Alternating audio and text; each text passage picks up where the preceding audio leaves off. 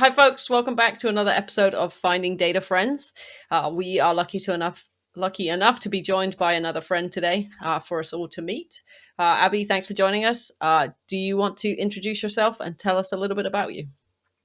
Of course. So, hey everyone, my name is Abhi. I am a data engineer, stroke DBA, stroke data consultant, stroke all round. I love having fun with technology and data and events, based in Edinburgh in Scotland. And yeah, I've been working in data for about, I think, a year and 8 months now, to the day actually, I'm pretty sure. So, Awesome. yep, straight out of university, got a job doing what I do now, and I haven't looked back since. Very cool. Awesome. I love Edinburgh too. I just visited there maybe last year for the first time and it was super cool. Yeah, I've been here my It's whole a life. good place. I've grown up here Yep. my whole life, so yeah, I've never got a reason to leave yet. Yeah. I could see that. Awesome. So what you're saying is last week you were in Lingen and you still do not intend to move there, despite it being kind of the epicenter of nothing. Yeah. I think Hard Food that's was choice good for sure. though. that's spoken for by the travel arrangements and all the complexities that lie within that. Ben, Well, Edinburgh is we just a kind flight or a of train want to away. make people work for their Gurlen spot in any way we can. So It's the commitment that matters here. there's that. Well, but the downside being that I also have to work for my spot to get there. So, but well, there's that. Correct. It was lovely to see both of you last week. That's all I'm saying. Indeed. Really good That's fun. all I'm saying. 100%. All right. Well, the first question that we always ask friends on the podcast is, can you pick a favorite data feature and tell us about it? Ooh, it's the classic consultant answer, Jess, of it depends. No. Cut. um, End the pod. I couldn't help myself, really. I don't know. As I said, I work with sort of quite a vast. I don't know if by design or not. I work with, sometimes I'm doing DBA stuff, sometimes I'm doing data engineering stuff, sometimes even sort of infrastructure architecture, landing zone stuff. I've been doing that at client recently. But one killer sort of thing that I can't stop talking about is I'm a sucker for everything under the sort of Custo umbrella on Azure Mm, specifically. okay. So log analytics, data explorer, fabric, real-time analytics. I completely started off as a sort of just personal interest and passion, and then sort of by accident turned into something that I can actually use at work, kind of thing. It was more like, I work with the Azure platform anyway, why don't I check out this thing? And then it turned out that there's some really cool capabilities and functionalities that, for some of our internal projects that we run as a consultancy, but also for some of our work with our clients. So it's almost like a little niche that I've carved out for myself within Mm, our team. awesome. What Yeah. is something that you've used Custo for? Like a unique use Um, case? so to be honest, that's one of the things I love about it is because it's so flexible. Yeah. So I think as a query language, we were internally, I was showcasing like some of the capabilities for analyzing sign-in logs for Enter ID, formerly known as Azure Active Directory. For some of our Hmm. sort of service desk guys and infrastructure consultants, we were just chatting about ways to analyze the logs that you get in from your tenant. And I was thinking some of the KQL queries that are out there already. I think it's used quite heavily in the security space, which Mm, is something that I've been spending a little bit of time looking at recently with some of our client projects, with Defender and such as well. We've got some stuff running in the team for that. So I think, yeah, as a query language, it's what it can do with sort of structured, semi-structured, and specifically like the log data. A lot of the sort of functions and operators that you get within it are just really, really cool. Even mm, just at the basics as an editor, the IntelliSense and everything is wonderful. Things like you have your cursor on a line of code. If it's in a block with gaps between the other bits of code. It'll execute the whole block and not just what you've got highlighted, with SQL Server likes to do. Sometimes I'll have like my star highlighted and I'll click execute by accident and it'll say, what is star? I don't know what star means. Yeah. But Kusto's a lot smarter, controversially.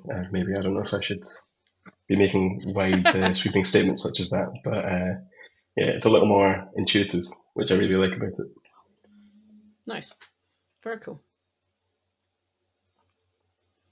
That entire real-time space keeps amazing me, to be honest, because all of a sudden, like, this has become one of the big things out there. Whereas in the not so recent past, there were a couple of use cases, like, yeah, of course, when you were in a call center, for example, you always wanted to have that super nice dashboard that will obviously update in real time how many people are in queue and all that. Or on production floors, where well, if I get a report that we have an issue with this and this machine 27 hours ago, that's probably not going to be super helpful, etc. But all of these seem to be very specific and almost niche-ish. Whereas now that this kind of becomes the also when looking at conferences, how many people start talking about real-time analytics, how many people start writing books, present on it, blog on it, and also how many products for it are being, even though many of it is centric around Kusto, for example, but still. Well, I'm I've wondering. used it for more outside of the streaming functionality in the use case. I've used it more for ad hoc analysis and more the sort of interactive real time. So it's real time to a lot of people think it's just sort of streaming data, but there's more kind of on the fly visualizations and some of the power that it has for some of that stuff is it's like every single time I talk about it, people are like, "Oh, that's really good. I don't know why I've not been looking at that this whole time." Yeah, and that's kind of where I'm coming from. That's kind of what I'm wondering. Have all these needs always been there but never been clear? Have the needs not been there, or is it only now because we didn't have the tech to actually attack that from the right angle with an easy and afford? Because I mean, you could always do that, but doing stuff in real time in the past used to be crazy expensive with traditional tech. So yeah, so it's all flat, and I guess that's sort of some of the beauty of some of the stuff with Fabric and everything as well. You buy your capacity and you've got what you want to be doing. And I think it comes down to preference as well. At the end of the day, my boss will always say, we used to have a conversation on while I was at university, I used to work with kind of NoSQL and graph modeling a little bit, and Neo4j and more. So the nodes and edges, all that sort of stuff. We were having a conversation about it, and he'll turn around and go, yeah, but I can achieve the same thing in SQL because I know SQL. That's my sort of strong point. But yeah, it's preference. I think it's specific needs. But I think I've seen that, especially because of how heavily it's used in the security space for Microsoft products, that some of that knowledge has been really valuable. Cool. Yeah. I have the perfect segue, but that only works if Abhi's going to give the answer that I hope he will be giving to my next question. Okay. Because no pressure. I mean, there's that. Come on, Ben. We've known each other for a little while now. Exactly, and that's why I'm keeping my fingers crossed. So, yeah. Our second question on the podcast, or second and a half question, is always, what is your favorite non-data thingy? And if your answer is what I hope it will be, because otherwise that tag will make zero sense. There's also a lot of real-time data going on in there, right? Oh, whatever could you be talking about? You tell me, or us. I was kind of hoping you'd know the answer anyway, and I'm trying to think of a smart-ass comment. It is sports, people. It is sports. To say, no, there's no real-time data in fishing. And even that is probably not true, because I'm pretty sure there's all kinds of hooks that have tons of sensors and all that. Well, that's true. So data's everywhere, Ben. But some of the beauty everywhere. of my sort of entry point to data almost was my love and passion for Formula One specifically, but sports in general. Yes. So nail on the head, Ben. 10 marks, 10 points to Gryffindor. Another 10 points for you for figuring out which house I'm actually in. Very good. Ooh, yeah. See, this is the thing. Oh, okay. That's maybe another conversation we need to have. What house everyone goes into, but yeah, you might have seen on the wall there. I'm a massive fan of Lego Formula One cars, but yeah, it's over the sort of pandemic, I find myself spending a lot of time really engrossing myself in Formula One and all the sort of sports that were going on. I'm a massive football fan, but it wasn't really until later on, like quite recently, that I started to realise how much of in the background it's all data, and it's and how sorry the better way to phrase that is how much they rely upon data in these sort of spaces. And to be honest, how much better sports teams are at handling data and having that sort of data culture. And I think compared to maybe 15, 20 years ago, now there's a whole sort of focus on having that analysis in-house. The amount of data that can be collected. So obviously, Formula One, they live off of it. Real-time data is the key to gaining the edge. Every single, it's not even the margins of a second, it's margins of thousandths of a second or even more. Right. And yeah, I've turned that sort of personal passion into a lot of what I'm presenting at conferences. I've got this session called Moneyball, because the movie is around using statistics and data analysis to gain the Absolutely edge. love that movie. Yeah, so it's brilliant. And I was chatting to somebody, they were telling me, I think the guy, I think Ari Kaplan, who was in that sort of team, I think the statistics guy, for lack of a better term, is now, I think, because obviously it's based on a real story, the guy is now the head of evangelism for Databricks, I heard. Oh, He's really? very much That's like, cool. yeah, it's just like Did really not know good. that. Yeah, so I think it was Simon Whiteley actually.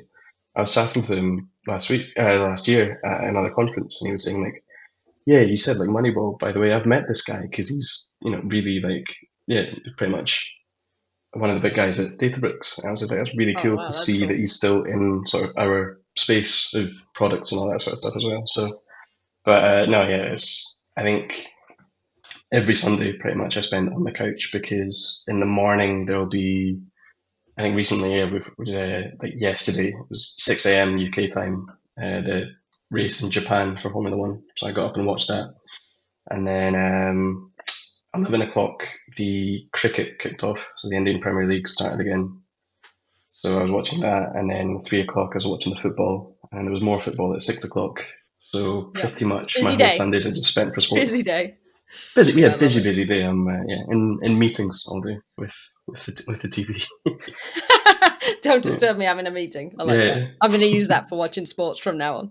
yeah, it's brilliant. Yeah. Perfect. Well, luckily for us, the perfect segue has appeared because sports make me hungry. So maybe you already know this, but we have some voluntary kidnapping on the pod. And during that process, our guest is in charge of feeding us. So you can make it yourself or you can just procure it from your favorite restaurant. But what's for dinner? Well, Ben put on dinner last week. We were in Data Grilling, so the massive True. barbecue there. That's, I Yeah. mean, I would say, to be honest, the scale of that is enough to fulfill this week's requirement as well. But You're not getting out of that easy, just saying. Also, you haven't seen me eat. yeah, I don't know. See, we're all about the smart segues. I thought I could just sort of smoothly get out. No, I was. My favorite food's got to be pretty much just, I don't know, anything with cheese, really. I'm vegetarian, Cheese. so kind of people say to me, yeah, 'cause it's just I've been vegetarian my whole life, but people are like, oh, I can never imagine going veggie. I couldn't miss out on chicken or beef or whatever. I was like, I couldn't go vegan just because I love cheese too much. I was just like, Perfect. I was in Munich in February for Data Scientist in Munich actually, And at the speaker dinner, I was kind of looking at we were in the traditional Bavarian brew house for the dinner. And it was my first time in Germany, actually. So I wasn't kind of sure how, dietary requirements, how it would really kind of, because a lot of traditional German food I hear is just meat and sausages and this, that, the other. But I had, and correct me if I'm wrong in the pronunciation of this, Ben, it's a Käse Spätzle, I want to say. Spätzle, yeah. Loved it. It was like anything I could ask for. It was just salty, cheesy, noodles, pasta sort of dish, and I was kind of basically anytime I'm back in Germany, I might. So I think that would be my go-to option, just because. Yeah, Perfect. That was that was good. Käse Spätzle are amongst my favorites as well. I mean, me also being vegetarian, I'm kind of in the same boat, and also, not giving up on cheese or butter for that matter. Yeah, Butter is butter, the milk, cheese, ice cream. Yeah, it's just there's too much out there to miss out on. There's that. Very true. Each to their own, and the cheese for us. All right. At least to me, it looks like my camera stopped working, so y'all will not be seeing me waving at all of y'all, but that doesn't matter because exactly. Thank you so much. It was lovely having you on the show, Abhi. That was really good fun. Of course, also lovely having you on the show, Jess.